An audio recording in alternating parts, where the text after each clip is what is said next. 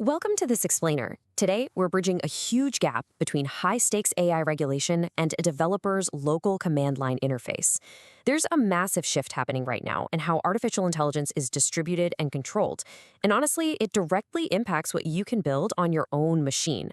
Let's kick things off with a pretty stark warning from a coalition of 25 tech titans, including Nvidia, Microsoft, and Meta. They recently released a joint letter urgently lobbying policymakers against restricting open-weight AI models. Their main argument? Artificially limiting these models is going to stifle competition, or worse, drive innovation overseas. So here is our roadmap for today. We're looking at the AI regulatory warning, open versus closed models, the local AI advantage, hardware and model matching, and finally, running models with Ollama. All right, part one, the AI regulatory warning and the threat to open weight models. When this joint letter dropped, and it was heavily amplified by folks like Nvidia's Jensen Huang, it became clear this isn't just about software freedom. These 25-plus companies are treating open weight models like critical infrastructure.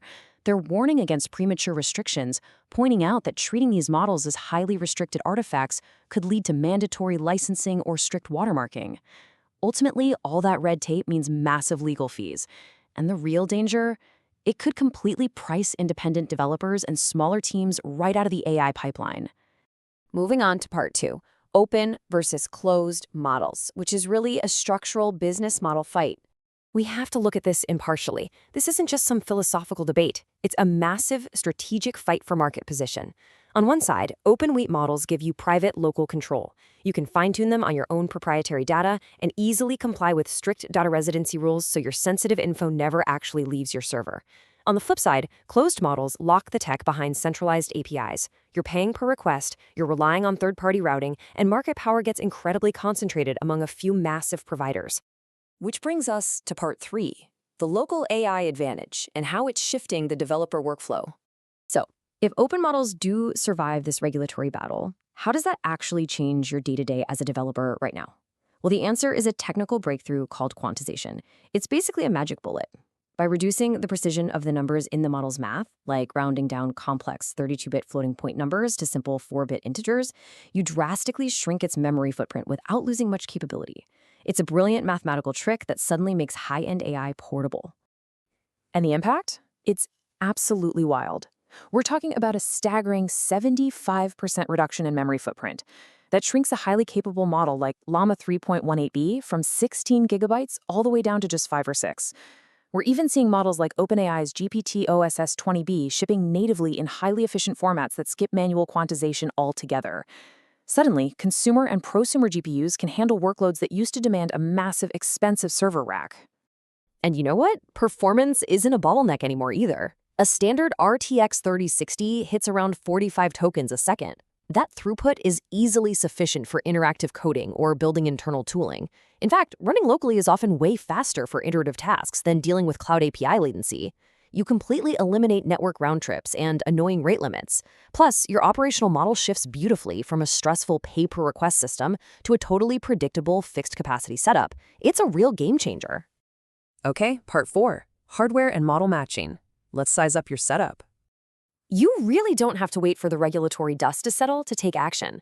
But the key here is matching the model architecture to your actual hardware. Don't just grab the largest file you can find. Based on recent benchmarks, if you've got 4 to 6 gigs of VRAM, Llama 3.23b is definitely your sweet spot.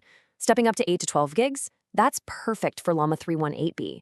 16 gigs opens the door to the highly capable GPT-OS20b, and if you're lucky enough to be rocking 24 gigabytes or more, you're stepping into the powerful 32 billion parameter class.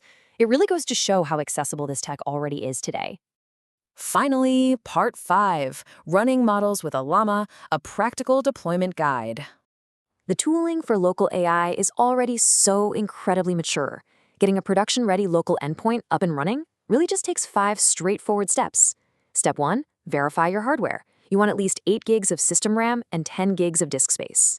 Then, step 2, install Ollama. Step 3, pull the model we just matched to your hardware. Step 4, run it. And step 5, integrate it. Let's break down the actual commands. Step 2, installing Ollama, is beautifully simple. On Linux, it's literally just one highly efficient terminal command. You pipe the install script right to your shell, and it handles the whole shebang. Once that's installed, pulling and running your model is as easy as typing a llama run, followed by your model name. The system automatically downloads the weights, loads them into your VRAM, and boom, drops you into an instant chat prompt. On modest hardware, it responds at real-time speeds, which is, honestly, a little thrilling the very first time you do it. But the real magic happens in step 5. Because a llama automatically exposes a local HTTP API, a simple Python script is all it takes to seamlessly integrate this into your production pipelines. Send a post request to your local host, and you instantly have a completely private endpoint to power code assistants or data summarizers. And the best part, your proprietary data never ever leaves your machine. Now, while staying local is awesome, Llama does offer cloud scaling too. If your local hardware maxes out, they have a pro tier for $20 a month that lets you run 3 massive models at a time on data center grade hardware, executing requests in parallel. But for your really sensitive mission-critical work, you still have that 100% offline privacy guarantee, because you can always just fall back to running on your local machine. So as you start building with these incredibly empowering tools, we have to ask ourselves one critical question. How will these pending regulatory battles actually reshape this open ecosystem you've just learned to deploy? Will future regulations protect your freedom to run models locally, or are independent developers eventually going to be priced right out of the open source AI revolution? It's a massive open question, and definitely a space we all need to watch closely. Thanks for joining me for this explainer, and happy building.